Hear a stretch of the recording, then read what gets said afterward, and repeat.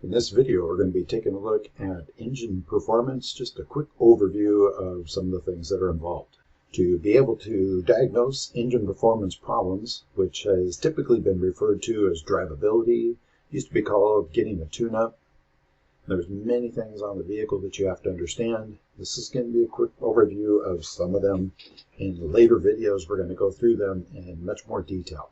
So we're going to be looking at the engine, lubrication, the fuel system, air induction, naturally aspirated or forced induction. We're looking at emissions, which is our HC, CO, CO2, NOx, and O2. Understanding those, what should be coming out the tailpipe, tells you a lot about how the engine is run. The emission controls, we're going to look at the PCV system, designed to control hydrocarbons. EVAP system, also designed to control hydrocarbons. We're looking at the EGR system, or exhaust gas recirculation, designed to control NOx emissions. The secondary air system, which is designed to control hydrocarbons, and we'll take a look at on a later video and talk about in more detail of whether or not it actually controls CO. Then we're going to look at the TWC or the OC, which you've always referred to it as a CAT or catalytic converter. The OBD2 term for it is TWC or three-way CAT, or OC, which is oxidation converter. The three-way CAT controls HC, CO, and NOx. The OC, or the oxidation converter, only controls HC and CO. We look at the exhaust system, ignition system, starting system, charging system, and electronic ignition. Taking a look at the engine first, we have the block, which is going to be the largest component that makes up your engine. We have the heads, where our valves are going to reside, the pistons, connecting rods going up inside of the cylinders. Connecting rods are going to connect up to the crankshaft. The job of the crankshaft is to convert reciprocating motion to rotary motion. Let me say that again. Crankshaft is designed to convert reciprocating motion to rotary motion. I repeated that because I think that sounds like a really good test question. We have the camshafts, which really can't be seen on this particular engine, but those are going to control the opening and closing, or the opening anyway, of the valves. We're going to have the intake manifold and the exhaust. You have to know the 4 strokes in order. And that's going to be our intake, compression, power, and exhaust stroke, which an easy way to remember for some people is suck, squeeze, bang, and blow for your 4 different strokes. Cooling system, again in a later video, we're going to take a lot more detailed look at this. I'm looking at the coolant or antifreeze. The passageways, which you can see in this one here, we've got the radiator. Coolant's going to come in to the block first, then go through the head. That's a normal cooling system. They do have reverse cooling system on some engines where it goes through the head first and then back through the block. That's going to keep the head cooler, which allows them to get a higher compression. However, cylinder walls get much hotter because the coolant's hotter as it goes through there. On those engines, you got to run a synthetic oil, which we'll be talking more about the oils also. It's got the water pump that's in here, the hoses. We'll talk about the thermostat, which we're going to talk in great detail about again on a later video. Fan, which on most vehicles today is an electric fan, and we'll talk about the maintenance. How often should you service the cooling system? On our lubrication system, we have our sump. Our oil pan down here, there's a screen. We're going to pick the fluid up from there by the oil pump. Oil pump's then going to run it through the oil filter and hopefully through an oil cooler. Then it's going to feed the crankshaft.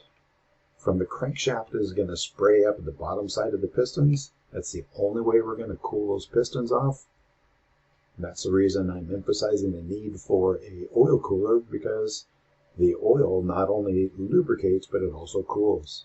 Besides the oil going through the crankshaft, it's also going to come up, lubricate the camshafts, the lifters, valves. Our manifolds, the intake manifold, we're going to bring in cool outside air. By cool outside air, I'm talking about we're not going to bring the air in from under the hood. The air under the hood is going to be hot because of the engine and exhaust system there. We're going to filter that air. Then we're going to bring it to our intake manifold, which is showing you this part right here would be called a plenum. and then our runners feeding the air or the air and fuel to the cylinders. And again, on a later video, we're going to talk about, do you want long runners or do you want short runners? We'll also be looking at the exhaust system. This is showing the exhaust manifold or the header. We'll talk about stainless steel, cast iron, which ones are better.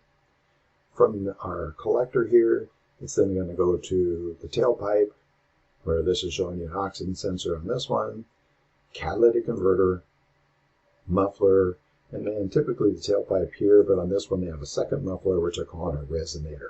On the fuel system, and we will be taking a very close look on 2 or 3 different videos later on. In this system, just a quick overview. We have our fuel tank, which we need to seal up the fuel tank so we don't have hydrocarbons going into the atmosphere. We're going to have a screen down here, our pump.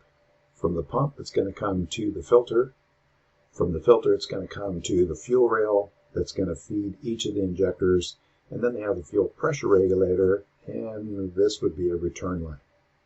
That's how the fuel systems were. On the newer systems, what you're going to find is no fuel pressure regulator here and no filter out here. This unit inside the fuel tank will have the filter, the pump, the fuel pressure regulator, and there's just going to be the one line feeding out to the fuel rail. Naturally aspirated engines are dependent upon atmospheric pressure to fill the cylinder during the intake stroke. As the piston is going down, it's going to create a vacuum or a low pressure area. Whatever pressure is in the intake manifold is going to try to fill up that cylinder. When we're dependent just on the atmospheric pressure to do it, we can't do a very good job because we have limited pressure. That's why we have our forced induction system. 2 different forced induction systems. The supercharger, which is showing you right here. This one is a Pro Charger, belt driven. It's got this wheel right here, which is going to spin very fast. And it's going to force air into the intake manifold so we can actually get pressures greater than atmospheric to fill up the cylinder. The second way of doing it is a turbocharger. Instead of being belt driven, this is going to be driven by expanding exhaust gases. Again, it's going to spin very fast, and we're going to force the air. This engine right here is on a test stand. They're running this thing hard, and you can see this exhaust system gets really hot. On the turbocharger, we have oil right in here where this is really hot, so we need to keep a lot of oil to keep that thing lubricated, and they will typically run a coolant passage through there also to help keep that cool down. PCV system, or positive crankcase ventilation. Looking at this part right here, this is our combustion chamber. When the intake valve opens up, we're going to put air, fuel inside of here. As the piston starts coming up, there's rings right around this area here. That is not a perfect seal. As we begin to compress that air fuel, it's going to leak past here. When we get to our power stroke, where we're going to really build the pressure up, we're going to leak even more by here. Our primary flow-by gas is going to be the hydrocarbons, the unburned fuel. That unburned fuel is going to dilute your oil. It's going to cause a lot of problems down here, sludge buildup. We need to get those hydrocarbons out. On the older vehicles, they had what is called a draft tube. And this just came down as you drove by, would create a low pressure area, and they'd pull those hydrocarbons out of the crankcase into the atmosphere. Now we've sealed the system up. What we're going to do is we're going to use the intake manifold here, which is low pressure. We're going to have our PCV valve, which is going to limit how much air can pass through there. This low pressure area was going to then make a low pressure area down here. However, we're not going to let this build up into a low pressure because we have a fresh air intake. So we're going to bring filtered air into the engine. This air is going to pick up the hydrocarbons, and we're going to run it back through the engine. By capturing these hydrocarbons with the PCV system, they reduced hydrocarbon emissions off the car by 20%. EVAP system for evaporative emissions. This time it's not an acronym. Inside the fuel tank, the fuel that's inside here is going to be evaporating. Those hydrocarbons coming off there, they used to just let them vent out to the atmosphere. Can't do that anymore. What they're going to do is they're going to direct those vapors past this liquid separator. If the fuel tank is full and fuel splashes up here, we don't want liquid coming through here. It's also going to act as a rollover valve, so it's going to close this off if the car goes upside down. Those vapors are going to come through this passageway into the charcoal canister, where the activated charcoal is going to capture those hydrocarbons, hold on to them. Once the engine is warmed up, we're going to open up this valve here. We're going to allow the air pass through here. The movement of the air through here will capture those hydrocarbons, bring the hydrocarbons into the engine, where we're going to burn them through the engine. Now, you would think that's going to create a really rich condition, which if the car sat for a long time, yes, it would create a rich condition. However, the oxygen sensor is going to detect that rich condition. It's going to cut the fuel back, keeping the engine running clean.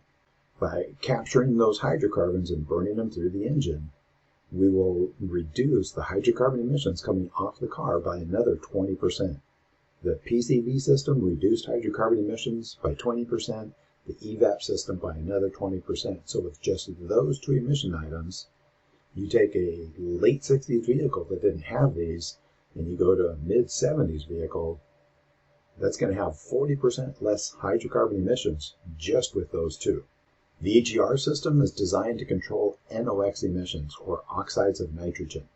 The nitrogen that goes into the combustion chamber should come out of the combustion chamber as nitrogen. However, if the nitrogen gets above 2500 degrees, it is going to oxidize. It'll become involved in the combustion process. That's where we're going to get our NOx.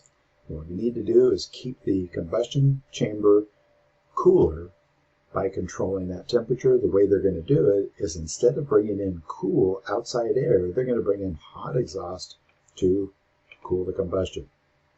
Seems counterintuitive there. I could just say it's a government thing, and I'm really tempted to just leave it at that. But as tempting that as it is, I won't do that. This hot exhaust gas that's coming in here is actually inert. It's already burned, so it can't burn again. And what we're doing is, if we bring in 10% exhaust, that's 10% less air and fuel that's going to get in there. Not as much air and fuel to burn. Burns cooler. Secondary air system. What they're going to do on this system, we're going to bring in filtered air. We have a pump. This pump on earlier systems was belt driven. On the later systems, it's electric air pump. It just runs for a short time. This air, low pressure, we're just talking about 2 or 3 pounds of pressure, is going to come into this valve. And from this valve, they're going to run that air into the exhaust manifold. By running the air into the exhaust manifold, that's going to reduce hydrocarbon emissions. And what's going to happen is, especially when you're running a rich condition, like on a cold start, we're not going to burn all the hydrocarbons in the combustion chamber. When the exhaust valve opens, that exhaust is still hot enough to burn. If you give it a shot of oxygen, it'll finish the burn in the exhaust manifold. When we finish the burn in the exhaust manifold, it's going to heat the exhaust manifold up quicker, which means we're going to heat the oxygen sensor up quicker, make it become active. We're going to heat up the catalytic converter quicker, making it become active. This is a really good emission system. Some people will say, and most of the things you'll read will say, that this also helps reduce CO emissions. I have a hard time believing that it's going to reduce CO emissions, because the CO already formed while it was in the combustion chamber. And you need some sort of catalyst to convert that CO. Secondary air system, going to control hydrocarbon emissions, maybe control CO. Most manufacturers will not put this on there unless they can't get it to pass emission standards without it, except for Volkswagen. Hard to find a Volkswagen without this particular emission item. This one is by far our most effective emission item that's on the car, the catalytic converter. OBD2 says we're not going to call it a catalytic converter anymore. We're going to call it a TWC, which is three-way cat, or an OC, oxidation cat or oxidation converter. What we're looking at on both of these is the TWC. You can see that this has 2 different catalysts inside here. Looking at this one down here, this is the exhaust from the engine. The first catalyst that's in line here is going to be the rhodium. This is our reduction catalyst. By a reduction catalyst, it's going to take the NOx, this one right here. When it gets through here, this NOx has too much oxygen. When it hits the active material, it's going to separate the nitrogen from the oxygen, reducing the oxygen, a reduction catalyst, that's where its term comes from, and we're going to have nitrogen and oxygen coming from there. The second catalyst on here, that's going to be our platinum and palladium. That's our oxidation converter. The hydrocarbon, when it contacts the active material, the platinum and the palladium, it's going to separate the hydrogen and the carbon, creating H2O, or oxidizing hydrogen, changing it to water. The carbon, it's going to combine with oxygen, creating CO2. The CO that comes in here, it's going to oxidize that, creating CO2. If we had perfect conditions, we're going to have coming out of the tailpipe water, nitrogen, carbon dioxide, oxygen. There's your TWC. If you have an OC, there's no reduction catalyst. It'll strictly be the oxidation converter. 90% plus of the cats that you see will be a TWC. If you're looking underneath the car and you see that, man, this thing has 2, 3, or more catalytic converters, those ones downstream may be just an oxidation converter. The way that you'd find out is look at the emission sticker. The emission sticker will list the items on there, and it would tell you TWC2OC1. Primary emissions that are being targeted is hydrocarbon, which is unburned fuel, and CO, carbon monoxide, NOx. The X is a variable. Most of it's going to be the NO2, which is your laughing gas, or nitrous oxide. There's also NO3, NO4 that gets formed inside of there also. These are all federally regulated by the EPA. State agencies also can set their own standards. California being the primary one, which the CARB, which is California Research Board, they actually maintain tighter emission standards than the EPA does. There are 13 states, last I heard, that are following California emission standards. Oregon and Washington are 2 of those states. And that's it for this for this video. Hope that gives you an idea of what we're going to be looking at throughout this quarter.